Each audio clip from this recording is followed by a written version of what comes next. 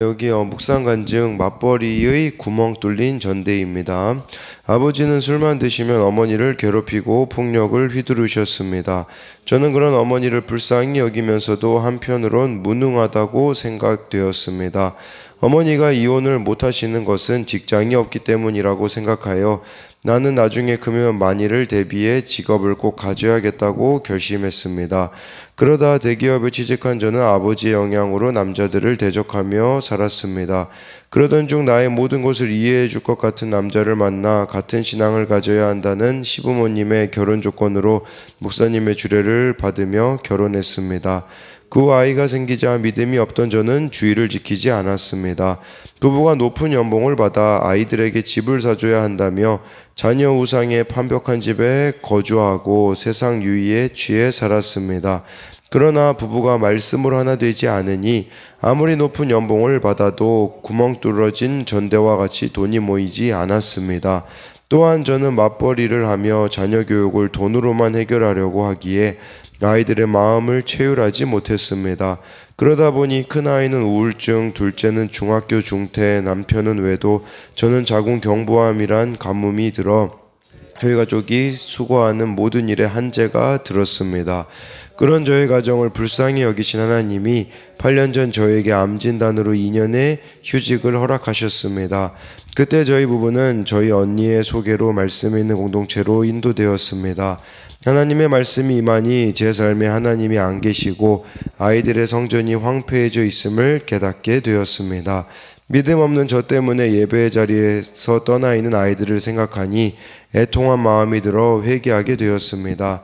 자녀들의 성전을 재건축하는 과정은 아직도 내려놓지 못한 저의 자녀 우상으로 인해 십자가의 길입니다. 매일 산에 올라가서 나무를 가져오는 수고를 하는 저희를 불쌍히 여기셔서 아이들의 성전이 잘 지어지기를 간구합니다. 적용하기입니다. 자녀들이 요구하는 경청하기 먼저 물어주기 판단하지 않기를 실천하겠습니다. 자녀들의 무너진 성전이 재건되도록 매일 오전 9시에 10분씩 기도하겠습니다. 네, 여기 이렇게 맞벌이에 구멍 뚫린 전대라는 제목인 것처럼 정말 이렇게 자녀들에게 이렇게 세상의 유산을 물려주려고 돈으로 다 해결하려고 하고 했는데 실제로는 높은 연봉을 받아도 구멍 뚫린 전대와 같이 돈이 모이지 않았다라고 이렇게 하면서 자녀들이 믿음이 떠나 있는 게 그게 정말 가장 아픈 일임을 깨닫고 이렇게 매일 산에 올라가 나무를 가져오는 수고를 하는 것과 같이 이렇게 자녀들의 성전이 지어지기를 간구하겠다고 하고 있습니다. 네, 오늘은 이 말씀 제목을 내 인생의 브레이크가 걸린 이유라고 잡았는데 그것은 11절에 모든 일에 한재를 들게 하였느니라. 하나님이 이 한재는 가뭄이거든요. 그러니까 우리 인생에 가뭄과 같이 이렇게 메마를 때가 있는데 그때 해야 되는 게 있어요. 돌아보라는 거예요. 내가 왜 이렇게 내 인생에 가뭄이 찾아왔지? 그래서 지금 이 백성들에게, 귀한한 백성들에게 가뭄이 찾아왔는데 그 이유가 있다라고 하나님이 이 학개서에서 말씀해주고 있습니다. 네, 1절부터 2절을 보면요, 다리오 왕 제2년 여섯째 달 곧 그 달 초하루에라고 해가지고요, 정확한 시기를 이렇게 말씀해주고 있어요. 다리오 왕 2년 여섯째 달 그 달 초하루는 이것은 그 유대력이고요. 우리가 가지고 있는 이 태양력으로는 기원전 520년 8월 29일입니다. 8월 29일 이게 그랬을 때 정확하게 날짜가 나와 있죠. 여호와의 말씀이 선지자 학개로 말미암아 스알디엘의 아들 유다 총독 스룹바벨과 여호사닥의 아들 대제사장 여호수아에게 임하니라 이르시되라고 해가지고요. 학개 선지자에게 하나님의 말씀이 임하는데 그 당시에 이제 바벨론에 포로로 잡혀갔다가 귀환한 사람들에게 이 지도자 총독은 스룹바벨이었고요. 대제사장은 여호수아였습니다. 2절에 만군의 여호와가 이같이 말하여 이르노라. 이 백성이 말하기를 여호와의 전을 건축할 시기가 이르지 아니하였다 하느니라 라고 말씀해주고 있어요. 그 당시에 어떤 상황이었냐면 이 귀한한 남유다 백성들이 성전을 바로 재건할 것 같았거든요. 근데 성전을 재건하려고 보니까 많은 장애물들이 있었던 겁니다. 그러니까 지금 16년 동안이나 이 성전 재건하는 것이 중단되어져 있는 상황이었던 거예요. 그런데 뭐라고 이렇게 핑계를 대냐면 여호와의 전을 건축할 시기가 이르지 아니하였다. 이제 이렇게 이야기를 하는 거죠. 그런데 이들은 정말 자신의 집을 짓는 것에는 열심인데 자기네 집은 다 있는데 하나님의 이 성전을 건축하는 일은 외면하고 있는 것에 대해서 하나님이 책망하시는데 2절에요. 만군의 여호와라고 이렇게 하나님이 말씀하시는 것은요, 온 세계를 다스리시는 강력한 통치자이심을 하나님이 말씀하시는 거예요. 그러니까 무슨 말이냐면 내가 강력한 통치자인데 너희들은 왜 이 성전을 다시 짓지 않느냐라는 것을 말씀해주고 있는 것이겠죠. 왜냐하면 그들의 우선순위가 다른 데 있었기 때문에 이렇게 하나님이 말씀하신 겁니다. 그래서 이것에 대한 적용 질문도 하나님이 지금 원하시는 일인데 자꾸 핑계를 대며 미루고 있는 일은 무엇입니까? 저도 이 돌아오고 있지 않은 아이들 핑계대는 것 중에 하나가 아직은 하나님께 돌아갈 때가 안 되었다고 마치 삶을 어떤 일이 벌어질지도 모르는데 이렇게 잘 살 수 있을 것과 같이 지금 내가 돌아와야 되고 지금 내가 하나님 앞에서 해야 되는 일인데 자꾸 핑계대는 것은 무엇이 있느냐는 것입니다. 3, 4절 말씀을 보면요, 여호와의 말씀이 선지자 학개에게 임하여 이르시되 이 성전이 황폐하였거늘 너희가 이때에 판벽한 집에 거주하는 것이 옳으냐라고 하나님이 학개 선지자를 통해서 말씀하세요. 이 성전이 황폐하였거늘, 이 성전은 지금 재건하려고 하지 않으면서 너희들은 판벽한 집에 거주하는 게 옳으냐라고 하는데, 이 판벽한 집은요, 원어로 덮여있는 집이라는 뜻이에요. 그러니까 하나님의 성전은 황폐해서 덮개조차 존재하지 않는데 백성들은 덮여있는 집, 즉 안정감 있는 집에 살고 있는 게 말이 되냐라고 하나님이 말씀하시는 거예요. 이런 일이겠죠. 너의 일에는 그렇게 분주한데 나의 일에는 왜 이렇게 소홀하느냐라고 하나님이 묻고 계시는 거라고 할 수가 있는 것입니다. 그래서 이것에 대한 적용도 나는 이 세상이 전부인 것처럼 살아가고 있지는 않습니까? 정말 이 세상이 전부인 것처럼 살아가고 있기 때문에 또 하나님께 대하여서는 무심한 부분을 묻고 있는 거죠. 내가 예배에 큐티보다 더 우선시하며 꾸미고 있는 판벽한 것은 무엇입니까? 저와 여러분들의 그 우선순위를 빼앗기고 있는 것이 무엇이냐라는 것이에요. 왜 꾸준히 말씀 묵상을 하지 않습니까? 여러 가지 이유가 있겠죠. 근데 이것이 지속된다면 과연 합당한가라는 것을 생각해 봐야 합니다. 5절에요. 그러므로 이제 만군의 여호와가 이같이 말하노라. 너희는 너희의 행위를 살필지니라. 이 너희의 행위를 살필지니라 라는 이 말을 원어로 보니까요, 이렇게 나와 있어요. 너희의 길에 마음을 두라 라는 의미입니다. 구약 성경에서 길은 인생을 살아가는 방향과 태도를 말하는 것이거든요. 그러니까 이런 의미겠죠. 너희들의 16년 동안의 삶을 되돌아봐라, 이제 이런 의미예요.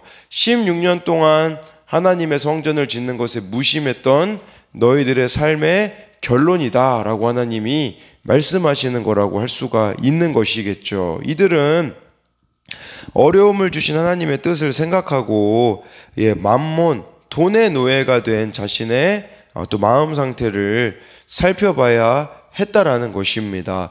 우리도 이렇게 멈추는 것 같은 일들이 있잖아요. 그 가운데 정말 나를 이렇게 황폐하게 하고 가뭄과 같이 멈춘 일이 있을 때 해야 되는 일은 돌아봐야 됩니다. 하나님과 나와 어떤 관계 속에서 살아왔는지를 봐야겠죠. 그래서 5절에 대한 적용도 나는 무엇의 노예로 살아가고 있습니까? 우리가 우상처럼 여기는 거, 그 우상에 노예가 된다라는 것을 이렇게 적용 질문으로 만든 겁니다. 이들이 16년 동안 하나님 없이 열심히 살았는데 어땠을까요? 6절, 7절에 보면요.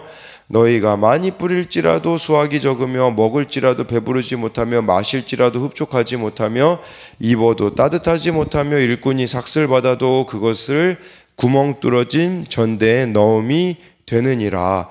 만군의 여호와가 말하노니 너희는 자기의 행위를 살필지니라. 라고 해서요, 이들이 원하는 게 있었어요. 이 남유다 백성이 많이 뿌리고 많이 수확하고 배부르고 마시고 흡족하기를 원했다라는 것이에요. 그런데 삭슬받아도 모이지가 않았고, 마치 구멍 뚫어진 전대에 넣은 것 같이, 거기에 넣으면 어떻게 되겠습니까?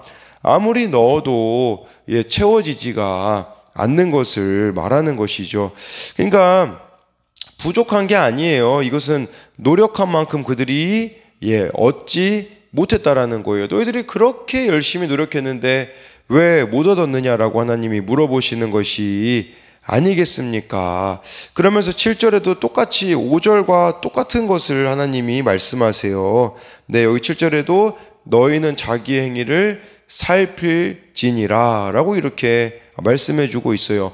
무엇이 문제인지 생각해 보라는 것이에요. 정말 너희들 열심히 살지 않았느냐? 그런데 왜 그게 구멍 뚫어진 전대인지는 한번 스스로 살펴보라고 하나님이 말씀해 주고 있는 것입니다. 그래서 이것에 대한 적용 질문도 하나님 없는 열심으로 구멍 뚫어진 전대처럼 헛수고가 되어버린 것은 무엇입니까? 8절에 너희는 산에 올라가서 나무를 가져다가 성전을 건축하라. 그리하면 내가 그곳으로 말미암아 기뻐하고 또 영광을 얻으리라. 여호와가 말하였느니라 라고 해가지고요, 이 8절 말씀은요, 쉽게 말씀드리면 하나님이 이제는 그만 핑계를 대라. 아마 이런 핑계도 됐었던 것 같아요. 하나님의 이 전 건축하려면 좋은 나무로 해야 되기 때문에, 좋은 것들로 해야 되기 때문에 이건 아직 못하겠어 라고 말하지만 자기 집은 좋은 걸로 해놨다라는 거죠. 그러니까 하나님이 원하시는 것은 나는 뭐 그렇게 화려한 걸 원하는 게 아니란다. 산에 올라가서 그 산에 있는 나무도 괜찮으니 그것으로 성전을 건축하라고 하나님이 말씀해 주고 있어요. 더 이상 하나님의 일을 미루지 말고 작은 것이라도 지금 실천해 가라고 하나님이 말씀해 주고 있는 것이죠. 그러니까 우리에게 필요한 게 이거 아닐까요? 산에 올라가서 나무를 매일 가져다 놓는 거죠. 이것은 어려운 일이 아니잖아요. 그렇기에 하나님은 우리에게 이 작은 발걸음, 작은 순종을 원하고 계신다라는 것을 말씀해 주고 있는 것입니다. 9절부터 11절을 보면 너희가 많은 것을 바랐으나 도리어 적었고 너희가 그것을 집으로 가져갔으나 내가 불어버렸느니라. 나 만군의 여호와가 말하노라. 이것이 무슨 까닭이냐? 내 집은 황폐하였으되 너희는 각각 자기의 집을 짓기 위하여 발랐음이라. 그러므로 너희로 말미암아 하늘은 이슬을 그쳤고 땅은 산물을 그쳤으며 내가 이 땅과 산과 곡물과 세포도주와 기름과 땅의 모든 소산과 사람과 가축의 손으로 수고하는 모든 일에 한재를 들게 하였느니라 라고 말씀해 주고 있어요. 그러니까 9절부터 이 11절 말씀은 성전을 재건하지 않았기 때문에 백성들에게 고난이 닥쳐왔음을 하나님이 말씀해 주고 있습니다. 자기 일에는 열심이었지만 하나님의 일을 외면했던 그들의 삶의 결론이라고 할 수가 있겠죠. 그렇기 때문에 그 결론이 바로 11절에 나와 있듯이 모든 일에 한재를 들게 하였느니라. 이 한재가요, 가뭄입니다. 하나님이 직접 가뭄을 불러오셔서 백성들의 삶의 모든 영역에 가뭄이 임하게 되었다라는 것을 말씀해 주고 있습니다.